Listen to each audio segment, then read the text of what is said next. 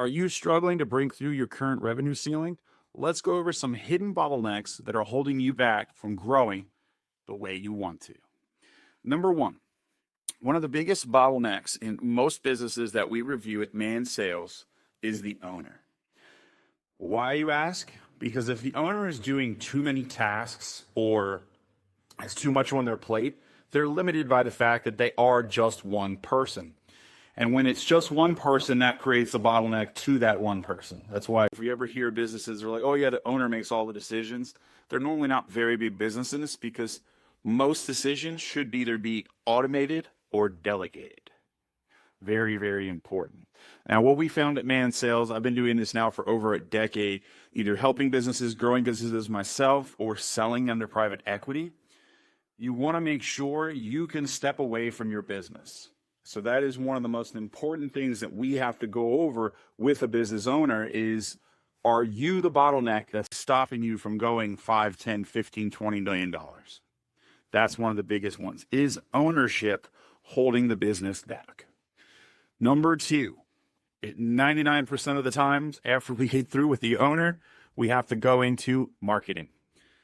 Most businesses that can't grow, it's because no one knows you exist. If you are less than $10 million, there's a very good chance no one knows you exist at all. No one has any idea who your brand is, what you're about. You don't have enough reach for those customers to actually be a $10 to $20 million business. So we have to look at, number one, when you're looking about marketing, we have to look at what converts best. What is our all-in marketing? What is our focus? Where do our leads come from? And then we have to look at a strategy of how do we diversify this so that we can do enough marketing to generate enough leads so that, number one, if anything goes wrong with that particular type of lead, our business doesn't crash.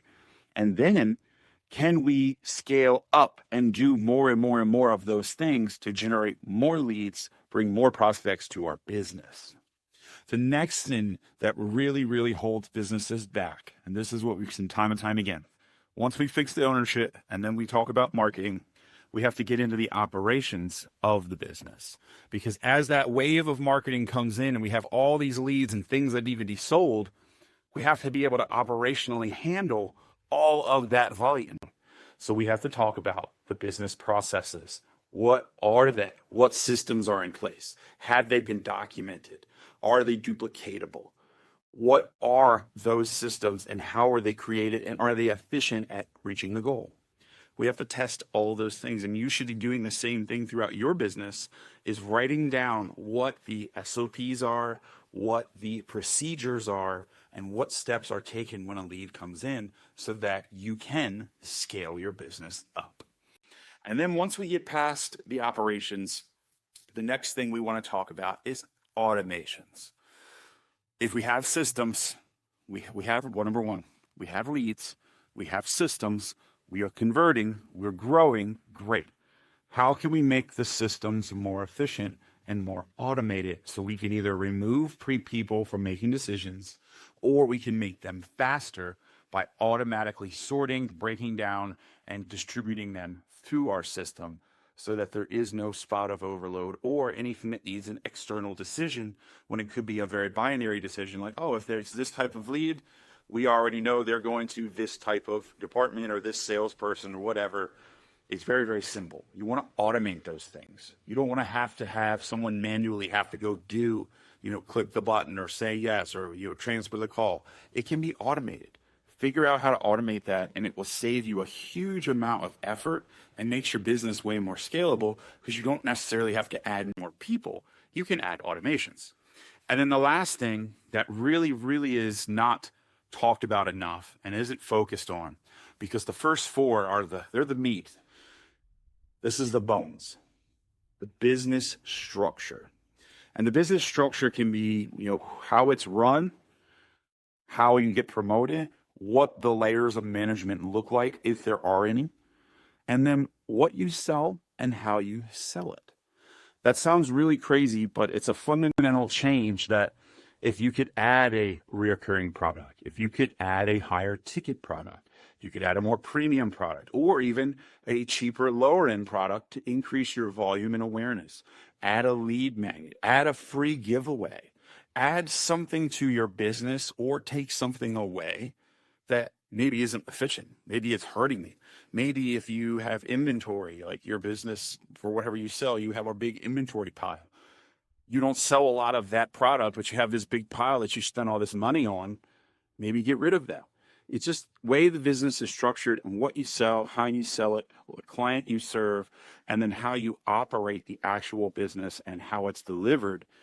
That's the last thing we like to look at Man Sales. And I like to determine, can I make a change here that might make a huge shift in the way the business grows? So one of the examples I always like to use for this is we worked with a few construction companies. And what was really interesting about that was they had no idea that the owner was holding them back. They had no idea. Once we fixed that, they grew $3 million almost, it felt like almost instantly, but it was about over about a course of the year. From there, we had to add some marketing. They needed more leads as they grew. They didn't really spend or understand what their marketing was for.